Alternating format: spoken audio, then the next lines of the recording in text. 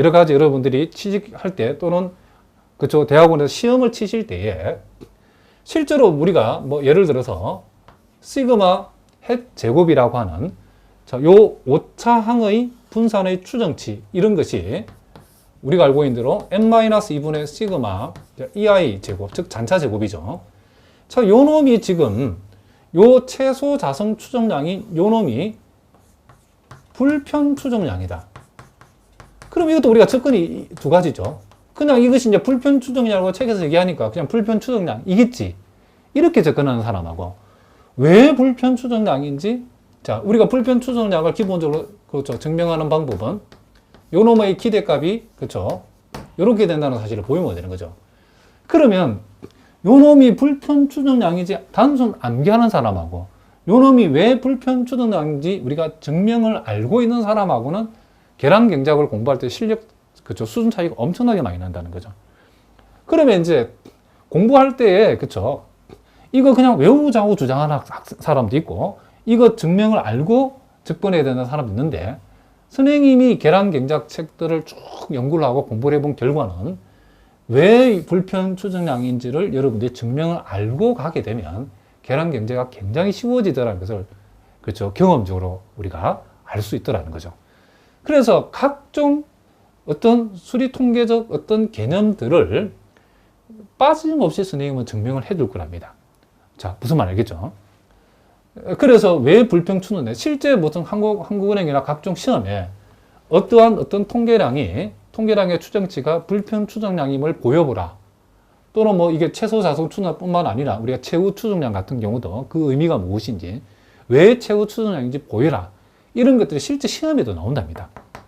자, 무슨 말인지 아시겠죠? 그러면 이제 여기에서 멈추면 안 되죠. 우리가 모형을 설정하고 이제 추정하는 단계, 검증하는 단계, 뭐 각종 그렇죠. 이 통계치들의 추정량이 왜 그렇게 되는가를 세부적으로 하나하나씩 공부하는 데 멈추면 안 되고 이제 그것을 이제 실제 우리가 설정된 모형에 그렇죠. 추정하는 과정에 사용하고 뭐 가설 검증이나 적합도 검증에서 사용하고 이런 과정을 우리가 여기다가 종합적으로 우리가 이런 과정을 거쳐서 예측하고 또 이 모든 과정들을 우리가 해석하는 그런 단계까지 가는 이 통합적 접근도 매우 중요하답니다. 그래서 우리가 선생님 강의는 세부적으로 하나씩 빠짐없이 이게 왜 그쵸 알파의 추정량 또 요게 베타의 추정량이 왜 이렇게 되는지를 또 왜 이런 것들이 최소 자성 추정량은 불편 추정량이고 또 선형 추정량이고 또 최소 분산 추정량인가 이런 자세한 내용들을 공부를 다 할 거랍니다.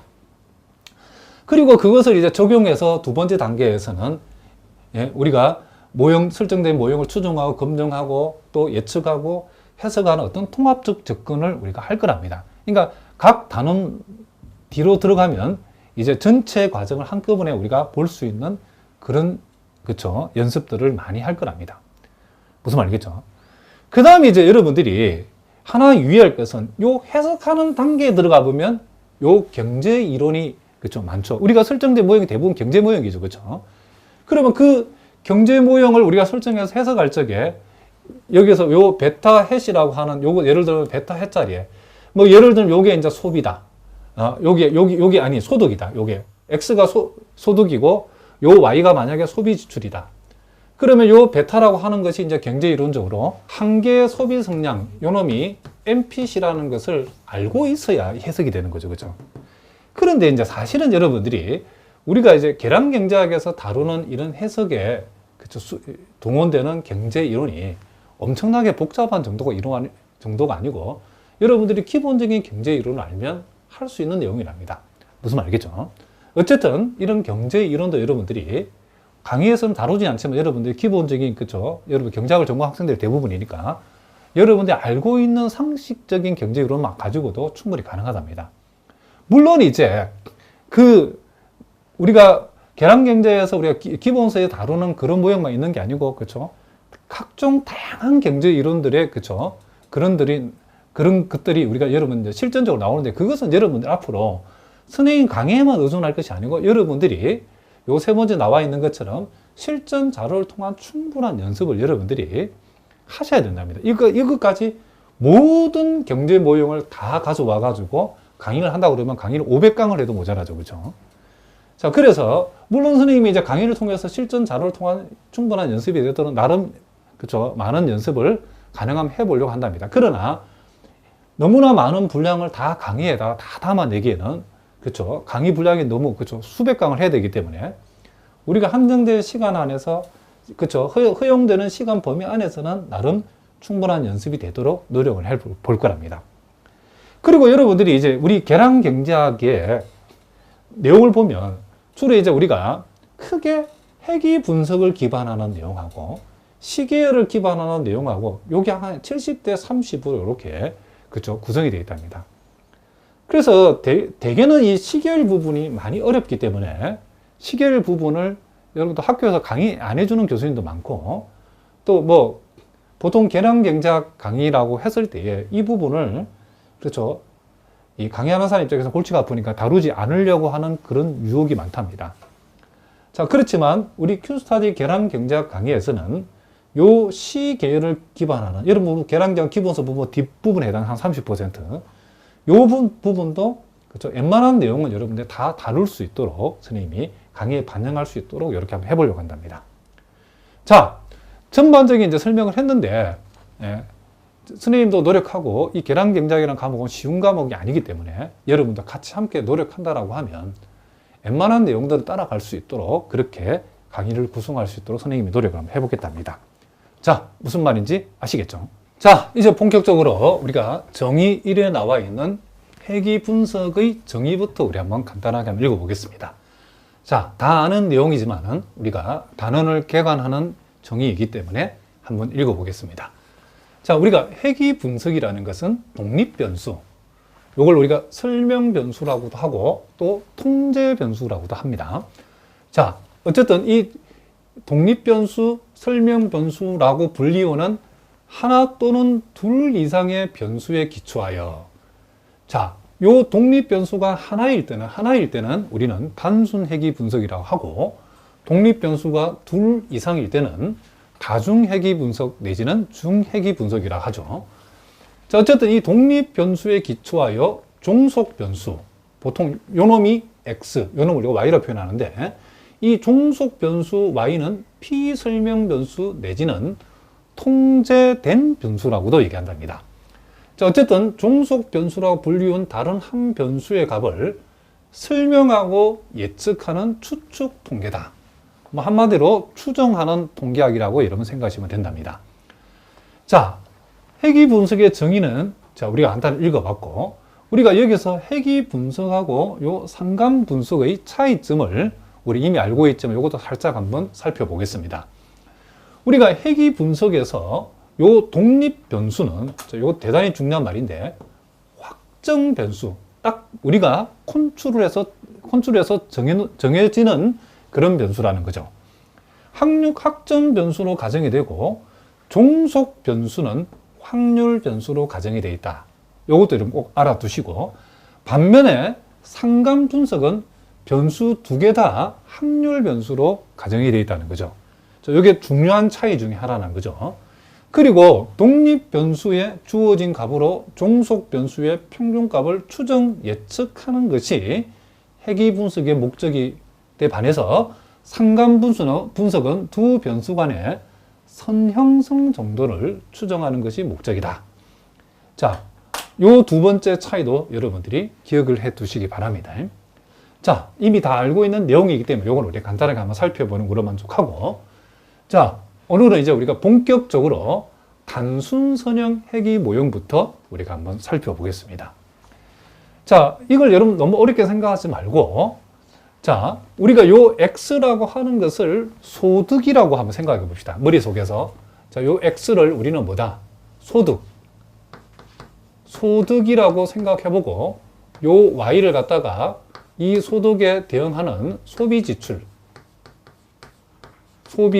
지출이라고 일단 생각해 놓고 우리가 요 모형을 한번 생각해 보겠습니다. 우리가 요 모형은 일단 단순 선형 모형이라고 하는 것은 일단은 이 독립 변수가 하나이기 때문에 단순 선형 모형이고, 여러분 여기에 보고 계시는 요 엡실론 i라고 하는 것은 우리는 요것을 여기 나온 표현대로 하면 오차항 내지는 비확률적 교란황 내지는 또 교란황 오차 뭐 등등 여러 말을 쓰는데 책에 따라서는 요 엡실론 i를 UI라고 표현된 책도 있는데 자, 표시 방법은 여러분들이 참고로 알아두시면 된답니다.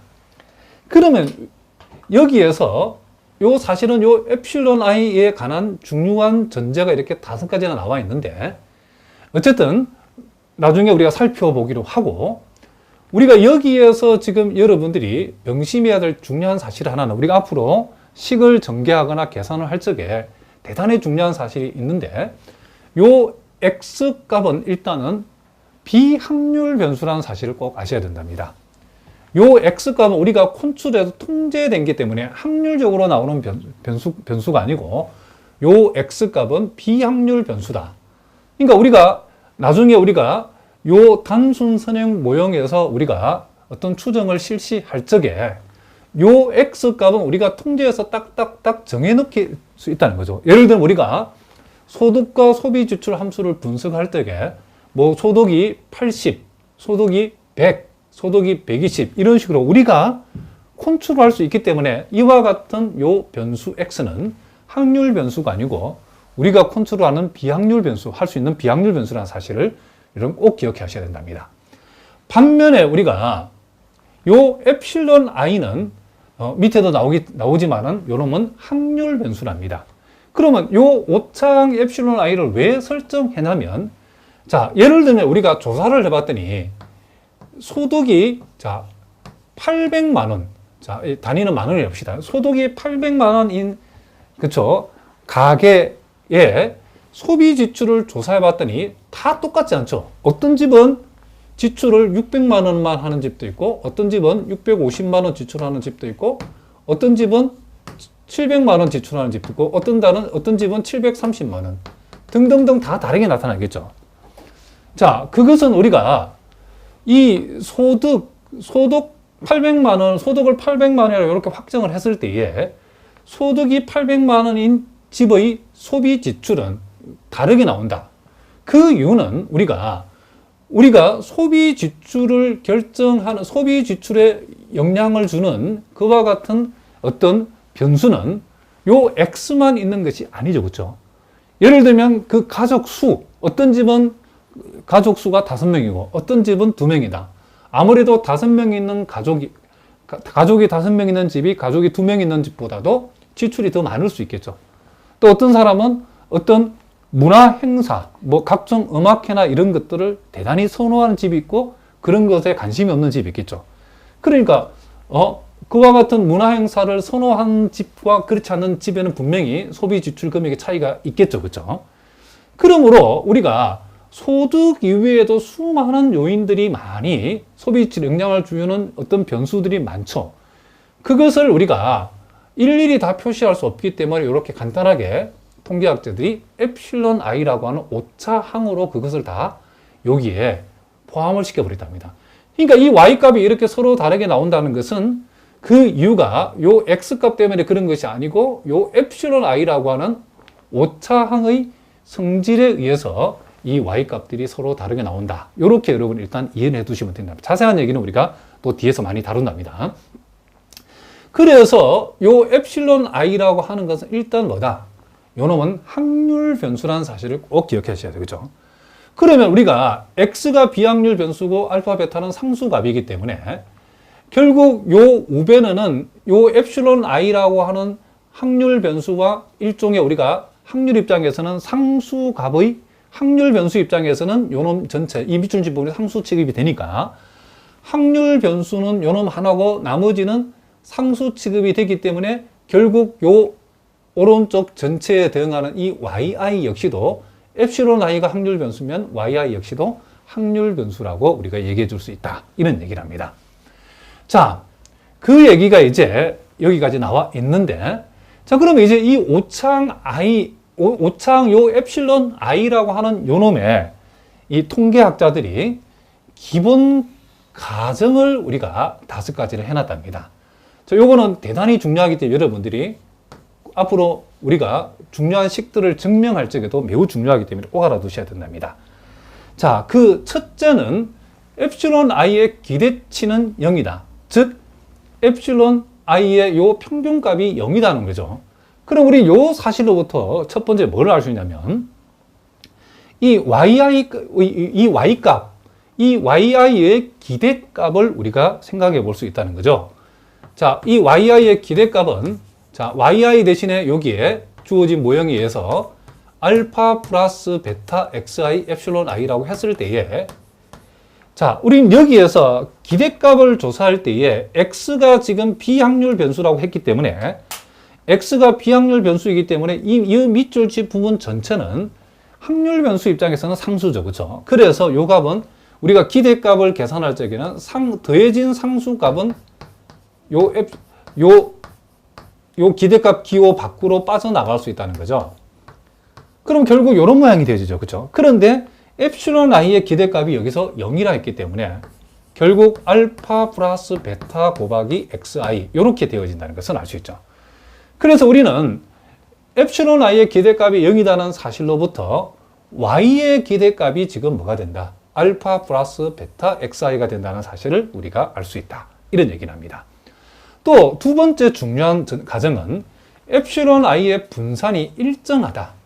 그러니까 엡실론 1이든 엡실론 2의 분산이든 엡실론 3의 분산이든 요 i가 달라진다고 해서 이 분산이 달라지는 게 아니고 엡실론의 분산은 항상 엡실론 1의 분산이든 엡실론 2의 분산이든 엡실론 3의 분산이든 요 엡실론 값에 상관이 없이 항상 시그마 제곱으로 일정한 값을 갖는다라고 가정이 되어 있답니다. 그러면 요 사실로부터 우리가 자, 요 2번 한번 읽어보니까 독립변수 x에 대한 종속 변수 y